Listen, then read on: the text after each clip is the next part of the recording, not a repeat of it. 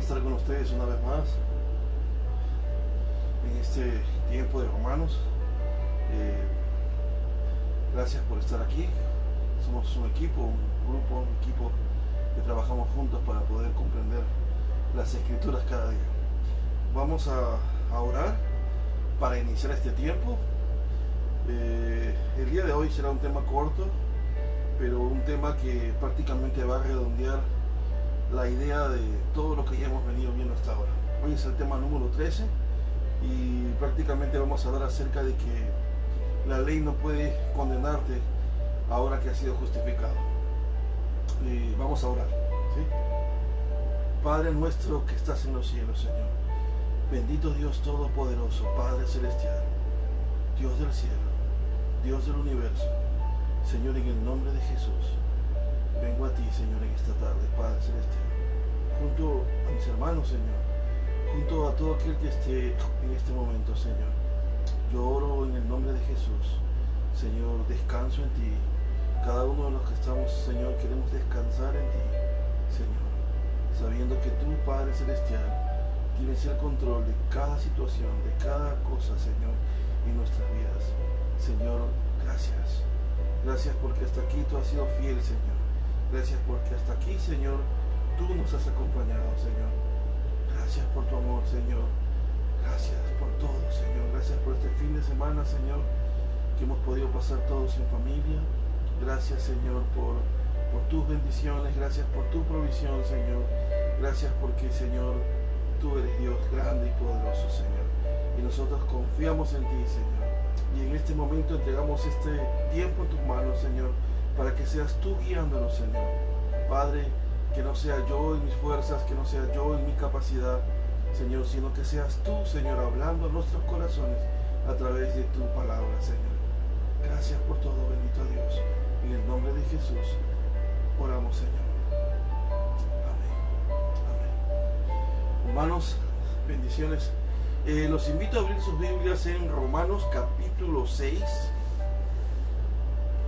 Romanos capítulo 7, versículo 1. Vamos a hoy ya nos toca el capítulo 7. Gracias a Dios hemos podido llegar al capítulo 7. Dios ha sido bueno con nosotros. Vamos a leer el capítulo 7. Pero antes de leerlo, quiero hacer un pequeño recordatorio. Desde que Pablo empieza el capítulo 6, Pablo empieza a tocar los temas de la santificación. Habíamos nosotros mencionado de que la justificación es una parte, ¿verdad? Es la justificación, la santificación y la glorificación. Es lo que en este momento, una vez que ya uno ha pasado la etapa de la justificación, la cual es gratuita, nosotros tenemos que entrar a la etapa de la santificación. Y habíamos hablado que la etapa de la santificación pues es una etapa que nos tiene que costar, ¿verdad? Porque obviamente vamos a tener que pagar un precio, ¿no? El precio de poder orar, el precio de leer las Escrituras, el precio de ayunar, el precio de ir a la iglesia, el precio de hacer muchas cosas que van a ayudarnos a poder crecer espiritualmente. Entonces, prácticamente Pablo en el capítulo 6 va a empezar a hablarnos de la santificación. Pero algunos estarán preguntando si Pablo nos va a hablar de la santificación, ¿por qué se ha detenido tanto tiempo en hablar del pecado? Que es que aparentemente, o sea, posiblemente no sea algo obvio, pero a lo mejor algunos de ustedes ya se han dado cuenta, o quizás ya pienso que ya todos se dieron cuenta, de que hay algo que nos impide caminar en santidad, ¿no? Y es el pecado. Esa es la razón por la cual el apóstol Pablo tiene primero que, antes de abordar la santificación de lleno, tiene que empezar a despejar ciertas dudas. Yo pienso que todos nosotros cuando decidimos seguir a Cristo, los primeros meses tenemos muchas dudas todavía, ¿no?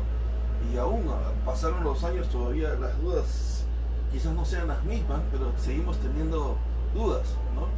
Y tenemos que seguir escudriñando las Escrituras, tenemos que seguir orando, pero siempre cuando empezamos el camino de la fe hay muchas dudas, ¿no? Como por ejemplo, si realmente Dios me ha perdonado todos los pecados, A veces tenemos que ir confrontando ciertas situaciones que hemos tenido con personas. Nos quedan dudas si realmente Dios nos ha perdonado o no. Nos quedan dudas de por qué, a pesar de que somos creyentes, seguimos pecando. Por qué, a pesar de que somos creyentes, hacemos tal o cual cosa.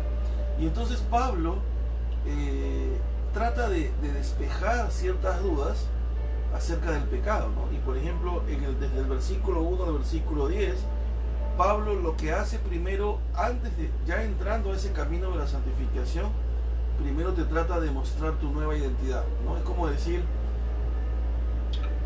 es como decir que te van a mandar al espacio, ¿no? O voy a poner algo más, te van a mandar, qué sé yo, a la luna, vamos a suponer, ¿no? Y de pronto tú te preguntas y dices, yo te voy a mandar a la luna y te digo, mira, pero por si acaso ya yo te acabo de entregar un uniforme, ¿no? Vas a tener un casco, ciertos zapatos especiales para la luna, o a lo mejor vas a tener tal o cual cosa, o tienes el oxígeno, o cosas por el estilo, ¿no? O a lo mejor te mando y te digo, ¿sabes qué? Tienes que ir a bucear este fin de semana al Caribe, ¿no? Y de pronto te digo, pero mira, pero por si acaso en esa maleta tienes todos los instrumentos que vas a necesitar para ir a bucear. Entonces Pablo sabe que él nos va a hablar de la santificación y sabe que hablar de santificación prácticamente es caminar en los mandamientos de Dios. Pero Pablo, antes de entrar a esos detalles, Pablo primero se asegura que nosotros entendamos que tenemos todos los elementos o las herramientas necesarias para poder bucear, o los elementos necesarios para poder caminar en santidad.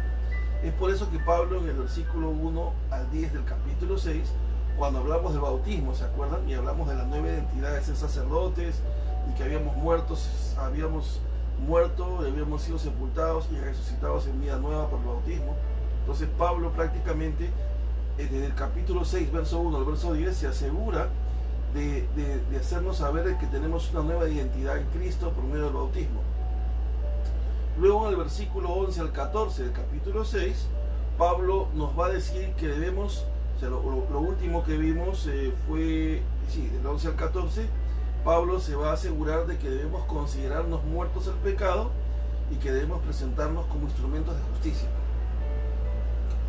Y del versículo 15 al verso 23, que es lo que vimos el viernes, Pablo se va a asegurar de decirnos de que no debemos servir más al pecado, a nuestro viejo amo, a nuestro ex amo, que es el pecado, sino que debemos servir a Jesucristo, que es nuestro nuevo amo y que nos ha comprado con su vida, ¿verdad? Con su sangre.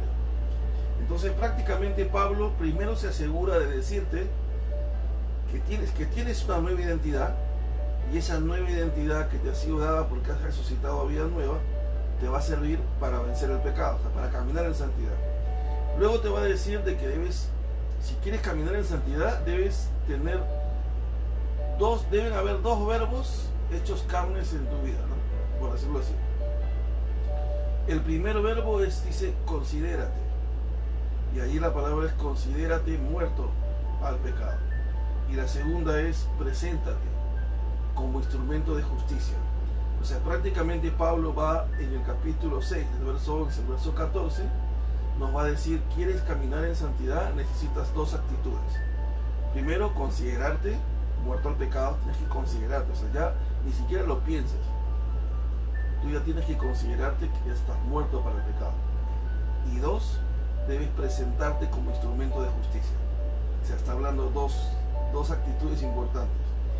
Y desde el verso 15 al verso 23, Pablo nos está diciendo, si quieres vencer el pecado, caminar en santidad, tienes que asegurarte de que ya no tienes ninguna relación con tu antiguo amo, que es el pecado, sino con tu nuevo amo, que es Jesucristo.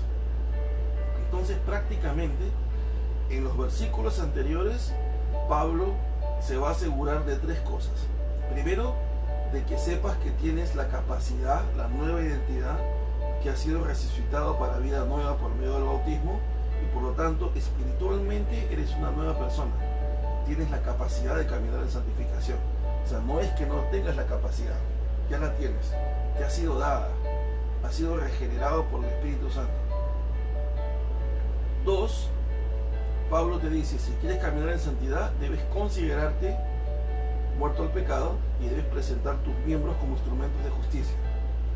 Y 3, Pablo te dice, debes romper toda relación íntima que tenías antes con tu ex amo, el pecado, y ahora debes servir a tu nuevo amo, que es Jesucristo. 3 cosas importantes que Pablo nos está diciendo.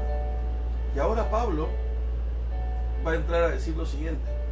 A lo mejor tú te has preguntado si tienes la capacidad de caminar en santidad.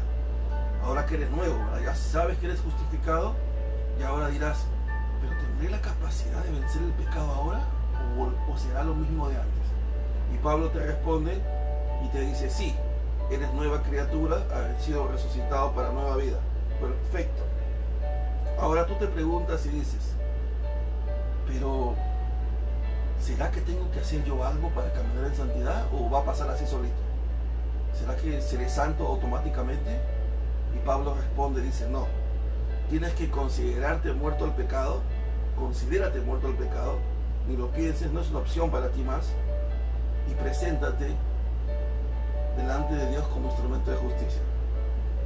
Muy bien, ahora la gente se pregunta, dices, ¿será que puedo seguir haciendo las mismas cosas de antes? Y Pablo responde y dice, no. Dice, ya no puedes tener ninguna relación íntima con tu ex amo, el pecado. Ahora tienes que servir al Jesús, porque acabas de empezar una relación nueva. ¿Bien? Y ahora, o sea, lo de hoy, la gente se pregunta y dice, ¿será que sigo estando condenado y la ley me va a seguir acusando y me voy al infierno? O sea, y Pablo dice, no, la ley ya no puede condenar a ningún creyente. O sea, y ahora de eso se trata el tema de hoy. La ley no puede condenar a ningún creyente. Entonces vamos a leer el texto. Quería explicarles esto para que me entiendan un poquito. Cuando podemos entender, una de las cosas que a mí me ha ayudado mucho para poder estudiar las escrituras es saber qué intención tiene el autor, en este caso Pablo, ¿no? Cuando nosotros tenemos una idea más clara de lo que el autor quiere decir en ese párrafo, nosotros entendemos mejor el pasaje. Eso es importante. Entonces vamos a leer el capítulo 7. Dice, Pablo dice, ¿acaso ignoráis, hermanos? Pues dice, pues hablo con los que conocen la ley, ¿no? Dice Pablo, que la ley se enseñorea del hombre entre tanto que éste vive. O sea, Pablo está diciendo, ¿acaso no saben ustedes que mientras una persona vive, la ley se enseñorea de él? ¿Qué cosa quiere decir eso? Que la ley tiene jurisdicción. ¿Qué cosa quiere decir eso? Significa, por ejemplo, mientras tú estés vivo en el país donde tú estás sujeto a las leyes de ese país. Lo que Pablo está diciendo. Mientras tú estás vivo, las leyes de tu país siguen estando por encima de ti. Si quebrantas la ley, pues es otra historia. Pero tú sigues bajo esas leyes, tienes que seguir respetando las leyes de tu país. Entonces prácticamente es lo que está diciendo el texto aquí. Pablo está diciendo, ¿sabías? Dice, de que mientras un hombre vive, todavía la ley se enseñorea de él, o sea, la ley sigue teniendo jurisdicción sobre él.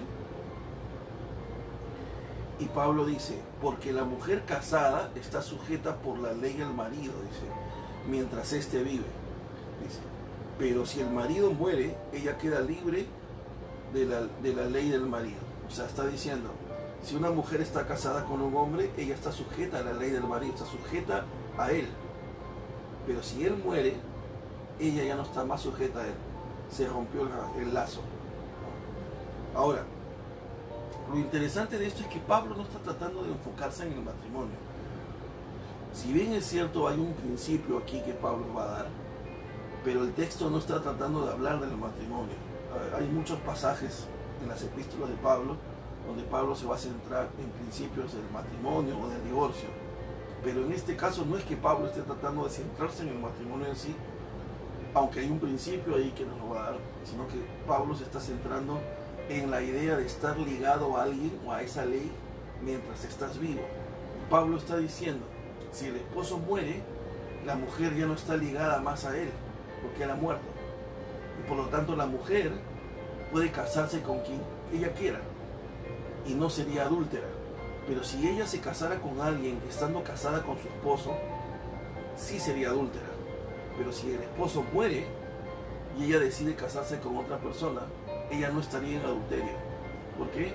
Porque ella ya no está bajo la ley de su esposo ha muerto. Es lo que está tratando de decir Pablo, lo que está diciendo Pablo aquí. Y Pablo dice, porque la mujer casada en el versículo 2 está sujeta por la ley al marido mientras éste vive. Pero si el marido muere, ella queda libre de la ley del marido. Así que si en la vida del marido si en vida del marido ella se uniera a otro varón, sería llamada adúltera. Pero si su marido muere, ella es libre de esa ley, de tal manera que si se uniera a otro marido, no será adúltera. Es lo que habíamos mencionado.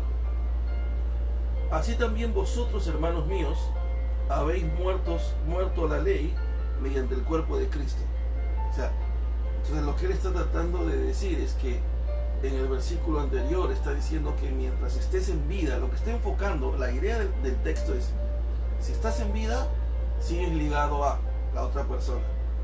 Pero si mueres, te desligas completamente. Esa es la idea central. Entonces Pablo está diciendo, tú tenías un matrimonio antes con la ley. ¿Por qué? No está diciendo, ojo, quiero que me entiendan bien el pasaje, porque a partir de esto han nacido el antinomianismo, y es que ya no quieren servir la ley de Dios, piensan que todo es por fe y todo es gracia y ya no debemos respetar la ley. No están diciendo eso el texto. Por eso es importante que cada texto de Romanos que analicemos tenemos que analizarlo a la luz de los versículos y pasajes anteriores. Si hemos entendido los capítulos anteriores, vamos a entender este texto. Cuando dice que hemos muerto a la ley, cuando dice que hemos muerto a la ley, o que la ley ya no se enseñorea de nosotros, no está diciendo que nosotros ya no debemos obedecer la ley. Lo que está diciendo es que nosotros ya no vamos a ser condenados por la ley para ir a juicio eterno, para irnos al infierno, sino que ya nosotros hemos sido librados de la muerte segunda por causa de Cristo, porque hemos creído en Él y Él nos ha rescatado del pecado y nos ha rescatado de la muerte para llevarnos a vida. Entonces ya no podemos seguir andando y diciendo, como que en alguna actitud decir, no, yo no, o sea, en otras palabras, Pablo lo que está diciendo es, debes estar seguro de tu salvación. Jesús murió por ti en la cruz, tú has creído en Él y ya no tienes que dejar que en tu oído siga diciendo, me voy al infierno, me voy al infierno. No, sino que Pablo te está diciendo, tienes que estar seguro de tu salvación. La Biblia dice que si has creído en Jesucristo, entonces has sido convertido en hijo de Dios, estás alcanzando salvación, y por lo tanto Pablo te está diciendo en este texto, ya tú has muerto al pecado. O sea, ese pecado, esa ley ya no se enseñorea de ti. Miren lo que dice aquí. Dice, así tampoco vosotros, hermanos míos, dice, así también vosotros habéis muerto a la ley mediante el cuerpo de Cristo. O sea, cuando dice que habéis muerto a la ley, el texto se está refiriendo no a que ya no te importa la ley, o que ya la ley la vas a desechar de tu vida. No está diciendo eso. Sino lo que Pablo está diciendo es que las personas, por eso dice, les hablo a los que conocen la ley, dice en el texto 1, versículo 1, les hablo a los que conocen la ley. Lo que Pablo está diciendo es, antes tú pensabas que la ley te iba a salvar. Tú confiabas en la ley para que la ley te salvara y para que la ley te ayudara a alcanzar vida eterna. Y por eso te esforzabas y te esforzabas y te esforzabas. Pero yo te he demostrado que la ley no sirve para salvación. La ley sirve para condenación, porque te hace ver tu pecado, ¿verdad? Te hace ver que hay pecado y te lleva a Cristo. ¿Por qué? Porque al darte cuenta que no la puedes cumplir, te das cuenta que la única salida es creer en Jesús. Entonces Pablo está diciendo, habéis muerto a la ley mediante el cuerpo de Cristo. O sea, tú ya no confías en que la ley te va a salvar, sino que confías en que es Jesús quien te va a salvar. Por eso yo muero a la ley en pensar de que ella me va a salvar. Y ahora yo creo en Jesucristo. Y por causa del cuerpo de Cristo, ¿qué significa el texto? Que gracias a que Cristo ocupó tu lugar y mi lugar en la cruz, y el castigo cayó sobre el cuerpo de Él, no sobre tu cuerpo, Dios mío. Por eso dice, por causa del cuerpo de Cristo. Fue Él quien pagó la pena.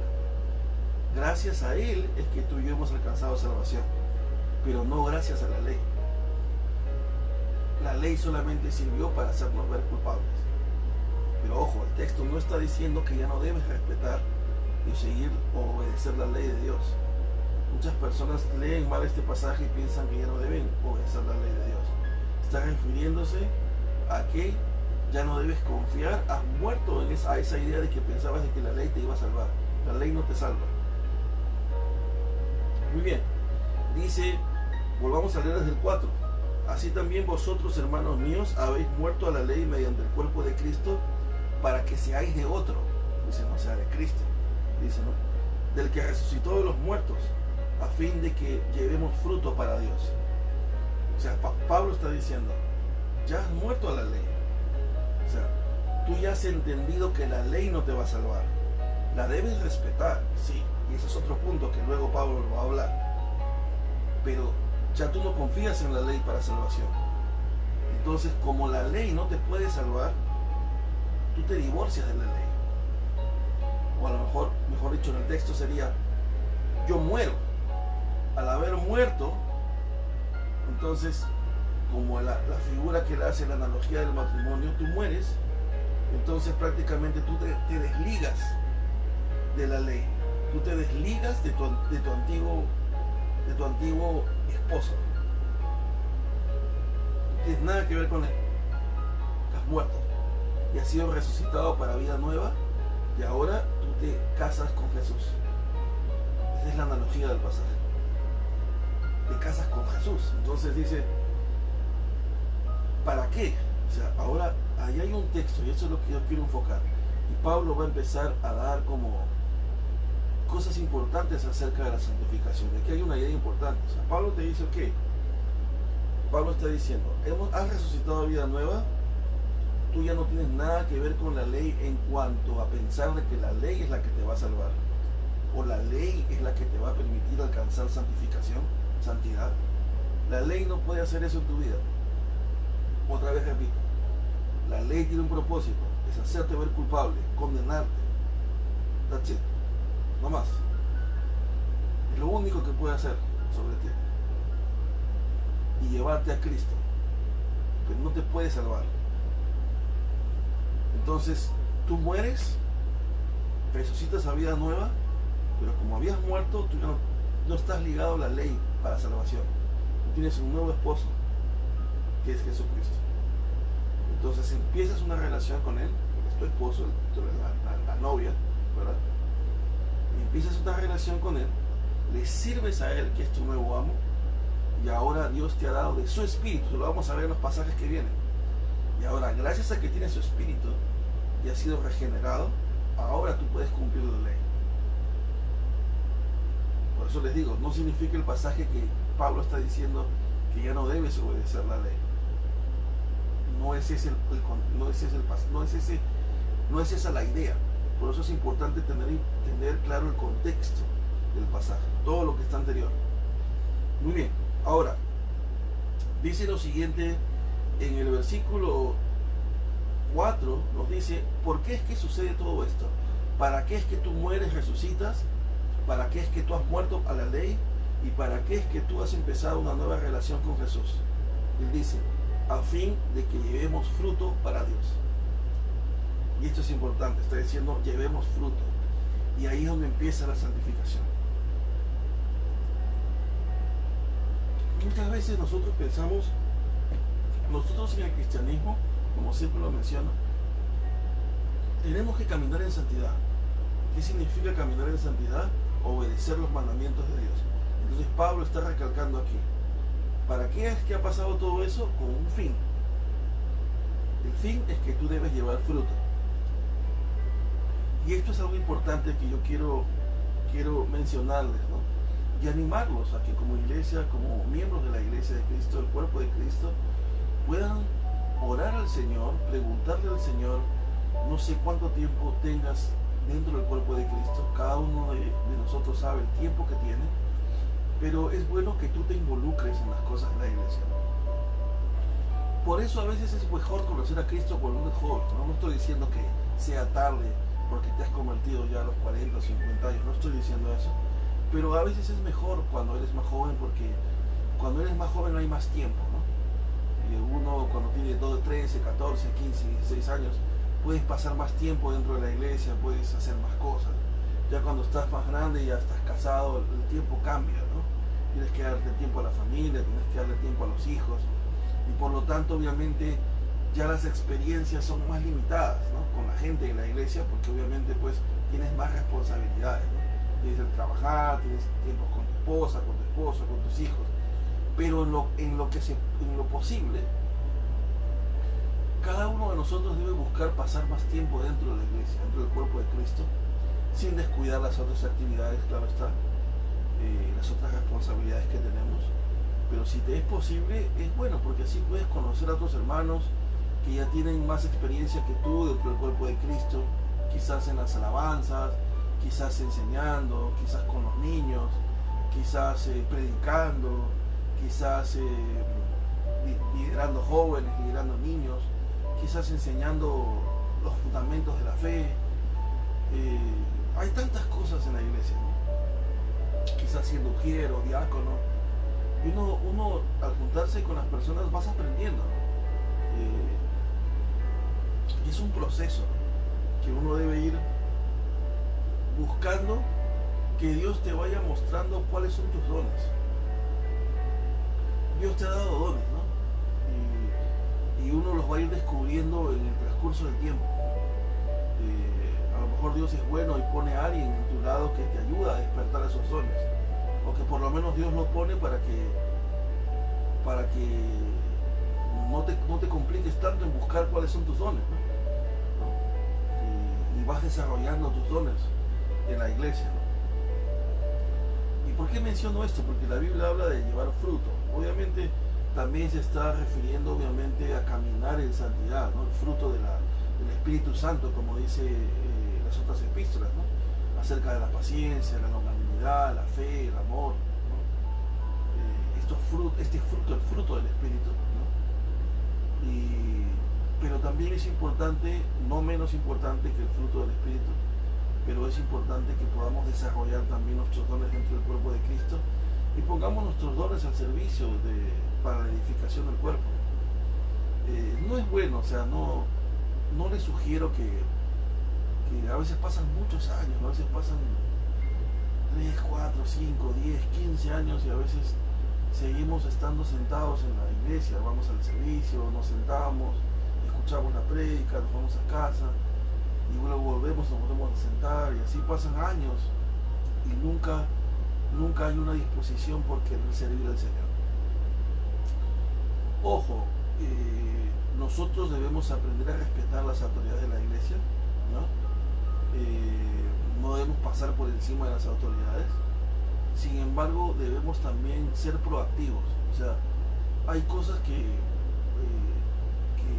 pueden orando pueden nacer de ti, ¿no? Por ejemplo, si a lo mejor tienes amigos en la universidad o en el trabajo, ¿no? Y de pronto Dios pone en tu corazón reunirte con ellos para hacer un pequeño devocional a la hora del refrigerio, ¿no? No tienes que esperar a que alguien te lo diga, que alguien te diga hazlo, ¿no? O sea, tienes que ser proactivo. O sea, no tienes que estar esperando a que te digan que hagas las cosas, sino que si tú ves que se presenta la oportunidad de reunirte con tus amigos en el trabajo para orar o para leer un texto, pues hazlo, ¿no? Organízate, ¿no? Crea algo, lee la Biblia, escribe el versículo que vas a compartir, o sea, muéstrate, o sea, acciona, ¿no? No esperes a que alguien te diga, ¿quieres compartir? O a lo mejor te gustaría compartir, sino que trata de hacerlo en la medida que se pueda, ¿no? O sea, que no quebrantes ninguna política de la compañía o donde estés, ¿no? Pero mientras puedas, trata de hacerlo, trata de llevar fruto también, fruto en cuestión de temperamento, fruto en cuestión de obedecer los mandamientos de Dios, fruto también en que puedas tener cada vez más hambre de leer la palabra de Dios, ¿no? De orar. O sea, te estoy mostrando cosas prácticas, ¿no? Para que no suene tan teórico, ¿no? Te estoy hablando de ejemplos prácticos, ¿no? Que va a mostrar que tú eres una persona que está llevando fruto, no solamente tus actitudes y tu temperamento y tu carácter, sino que también las cosas que tú puedas hacer para con los demás, ¿no? Las cosas que también puedas hacer para crecer espiritualmente, ¿no? Como orar, cómo alabar, cómo predicar, cómo evangelizar a otros, cómo estudiar la Biblia, ¿no? Ayunar, como a lo mejor ir a la iglesia un domingo y preguntarle, conocer más personas, ¿no? Relacionarte con más personas y de pronto ver, ¿puedo ayudar en algo, hermana, hermano? ¿Puedo ayudarle, no sé, a traer la mota para borrar la pizarra? O a lo mejor puedo orar con usted. O sea, buscar producir, ¿no? Y es una de las cosas interesantes. No sé por qué me viene esto a la mente. Bueno, supongo que estoy pensando en varias cosas ahorita, ¿no? Pero ustedes sabían que hay varios niveles de lectura, ¿no? El primer nivel de lectura, por ejemplo, es el nivel donde tú prácticamente vas a leer los símbolos simplemente, ¿no? O sea, vas a leer nada más, por ejemplo, como cuando leemos la Biblia de manera plana, ¿no? Cuando leemos la Biblia al comienzo y leemos todo el párrafo, ese es el primer nivel de lectura, ¿no? Lo que le llaman el nivel fonético, ¿no? Solo estás leyendo los fonemas, ¿no? Pero hay un tipo de lectura, la lectura metasemántica, ¿no? Que es la lectura donde tú averiguas quién es el autor, de dónde era el autor, qué pensaba el autor del libro, por qué escribió el libro, en qué época lo hizo, ¿no? ¿A qué se refiere este pasaje? ¿Será que hay documentos históricos que me hablen sobre el tema? Es una lectura metasemántica, ¿no? Pero también los libros de lectura hablan sobre producción y hablan de que cuando tú lees un libro o algo, tienes que ver qué vas a hacer para que ese libro que has leído produzca. O sea, no se quede en tu mente, sino que produzca algo hacia el exterior, que influencia a los demás que están a tu alrededor, ¿no? Y ese es el nivel más alto de la lectura, ¿no? O sea, que los libros que tú hayas leído tienen que producir algo.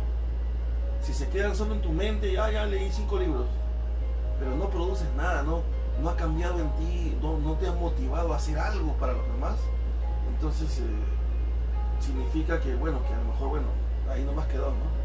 Pero lo ideal es que produzcas algo. Entonces lo mismo debe pasar cuando leemos la Biblia, ¿no? O sea, debemos leerla, pero esto debe producir un cambio, debe producir algo tenemos que hacer, ¿no? Y Pablo aquí está diciendo, ¿por qué es que tú has muerto a la ley y al haber muerto a la ley prácticamente tú ya no estás ligado a la ley para salvación, pero has empezado una nueva relación con Jesús? ¿Para qué? ¿Con qué fin? Dice Pablo. Con el fin de que llevéis fruto. O sea, no es para que te quedes ahí y ya no hagas nada y ya soy salvo, ya fui justificado, solo voy a esperar que venga el Señor y me voy con Él a vivir por la eternidad. No, sino que Pablo nos está diciendo y Jesús nos dice, tienes que llevar fruto, tienes que hacer algo, tienes que ser proactivo, y eso es algo importante. Muy bien, entonces vayamos al versículo 5, perdón. Dice, porque mientras estábamos en la carne, las pasiones pecaminosas que eran por la ley obraban en nuestros miembros, llevando fruto para muerte. O sea, Pablo está diciendo, ¿no? Cuando estábamos en el pecado, ¿no?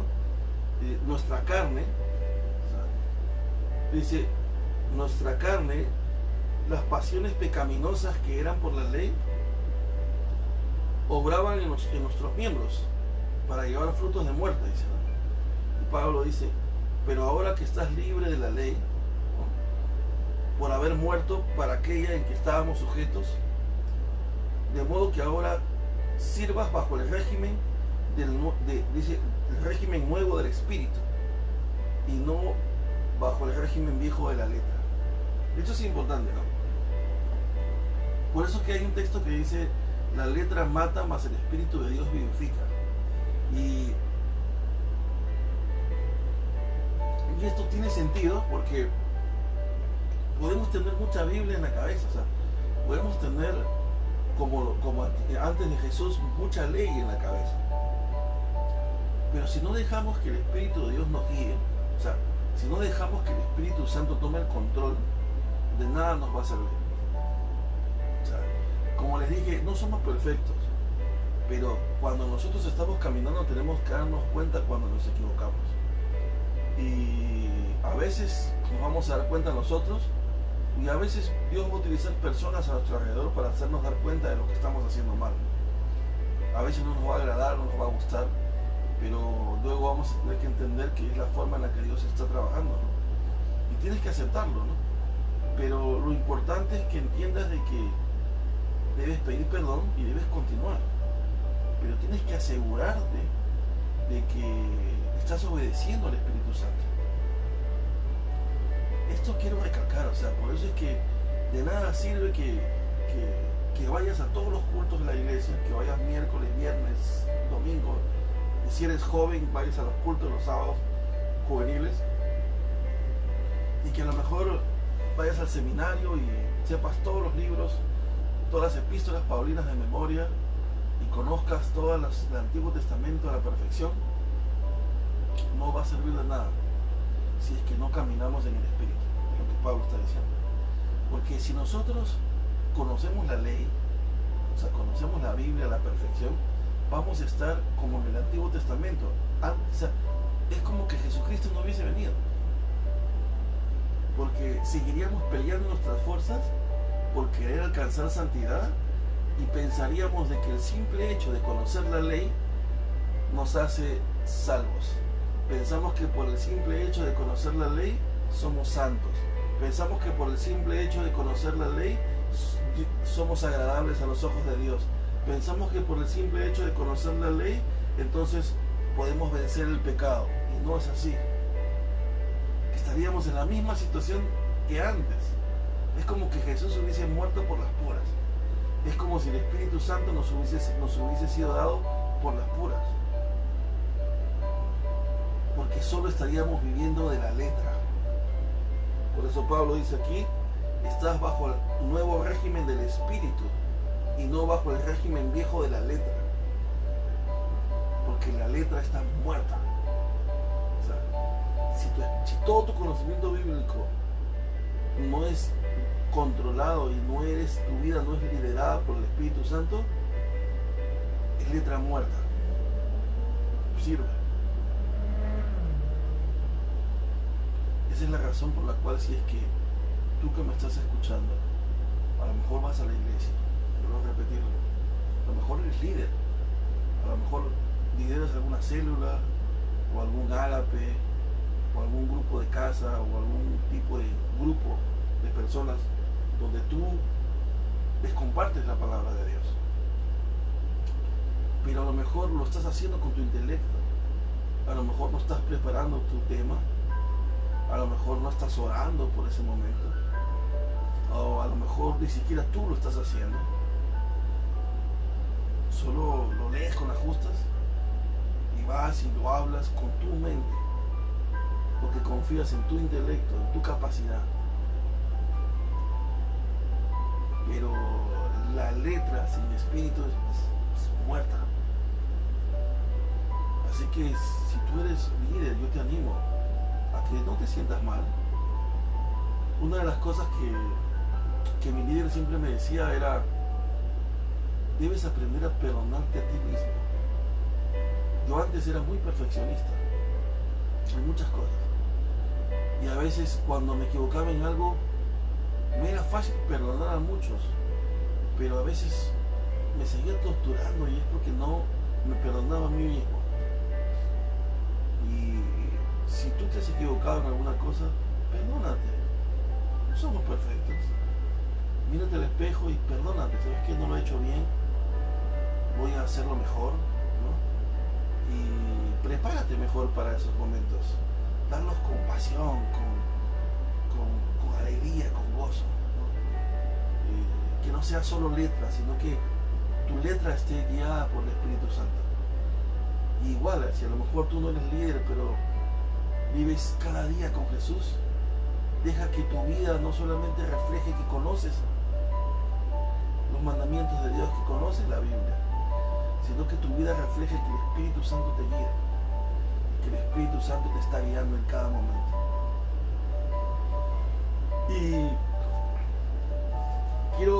van a haber varios versículos que quiero leer para terminar este pasaje, que es corto, que todavía estamos a tiempo, y luego los voy a leer, pero ahorita quiero compartirles una historia que viene a mi mente, ¿no?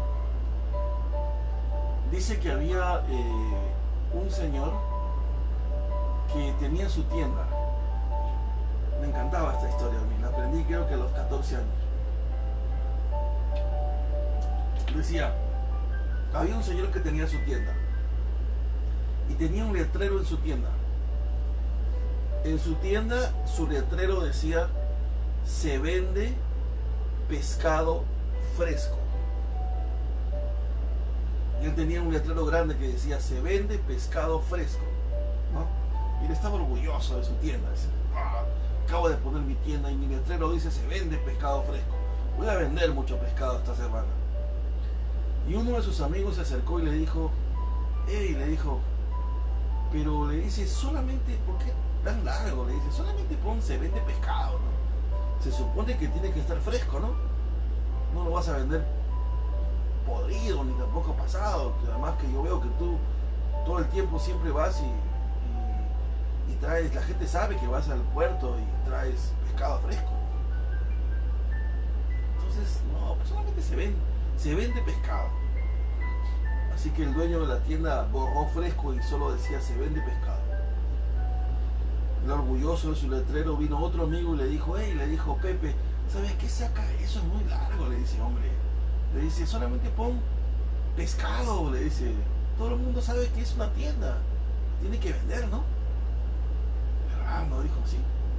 Así que el dueño borró la palabra se vende y se quedó con pescado. That's it. Entonces, el orgulloso decía: wow, pescado. Vino otro amigo y le dijo: ¿por qué tienes un letrero tan grande? Le dice: borra eso, no pongas nada, hombre. ¿Por qué? Oye, le dice, si a cuadras se huele que hay pescado, le dice, no pongas nada, le dijo.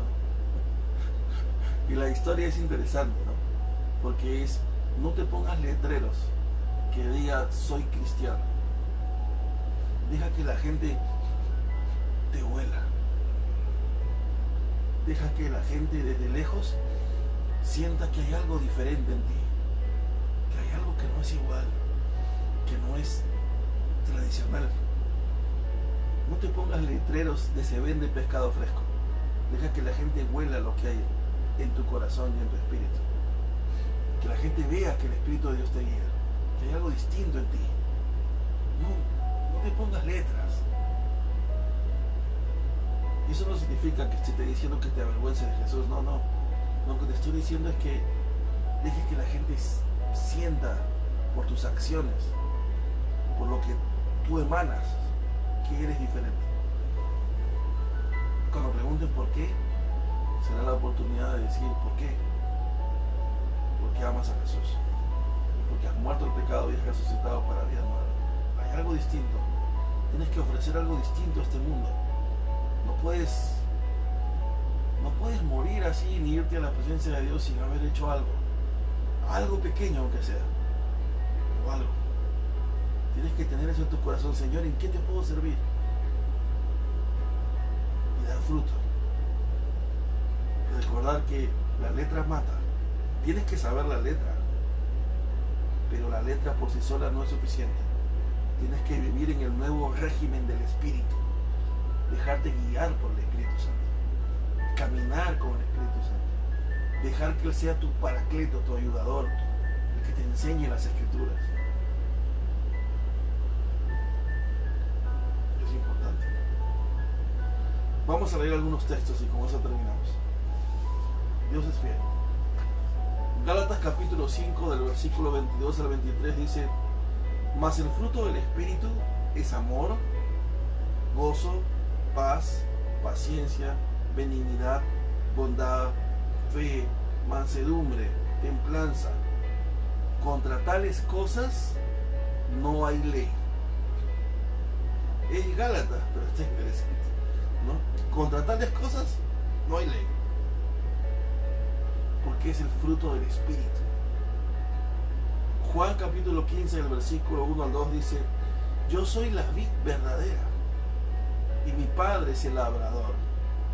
Todo pámpano que en mí no lleve fruto, Él lo quitará, y todo aquel que lleva fruto lo limpiará para que lleve más fruto. Wow. Si tú llevas fruto, Dios te seguirá limpiando, te podará para que lleves más fruto. Pero si no llevas fruto, serás quitado. Filipenses 1:11 dice: llenos de frutos de justicia, que son por medio de Jesucristo, para la gloria y alabanza de Dios. Y esto es algo importante, ¿no? No es para la gloria y alabanza nuestra. No es para que caminemos con el pecho en alto, decir, oh, todos los dones que Dios me ha dado. Soy un gran líder. Soy un gran hombre de Dios. No, Dios no está diciendo que tomemos esa actitud. Somos siervos inútiles. Y sin Él no somos nada. Pero Pablo dice aquí, en Filipenses, dice: llenos de frutos de justicia. Caminar, de frutos que te hagan caminar en la voluntad de Dios. Por medio de Jesús. Para gloria y alabanza de Dios. No para gloria y alabanza nuestra. Eso es lo importante. Y otra cosa importante que quiero que entendamos: los dones no significan madurez espiritual. Irrevocables son los dones y el llamamiento de Dios. Dios te ha dado un don para que lo uses para el cuerpo de Cristo, para la bendición de otros. Y el don es don. Pero eso no significa madurez espiritual.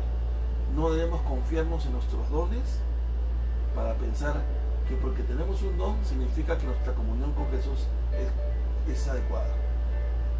El don nos ha sido dado, pero tenemos que pasar tiempos con Él. Tenemos que buscar de Dios, tenemos que pensar, tener tiempos con Él. Esto es importante. Muy bien. Segunda de Corintios 5:21 dice: al que no reconoció pecado, por nosotros lo hizo pecado, para que nosotros fuésemos hechos justicias de Dios en Él. Gálatas 2:19 al 20 dice: porque yo por la ley soy muerto para la ley, a fin de vivir para Dios. Es la misma idea de Romanos. Con Cristo estoy juntamente crucificado, y ya no vivo yo, mas vive Cristo en mí. Y lo que ahora vivo en la carne, lo vivo en la fe del Hijo de Dios, el cual me amó y se entregó a sí mismo por mí. Efesios 2:10: porque somos hechura suya, creados en Cristo Jesús, para buenas obras, las cuales Dios preparó de antemano para que anduviésemos en ellas.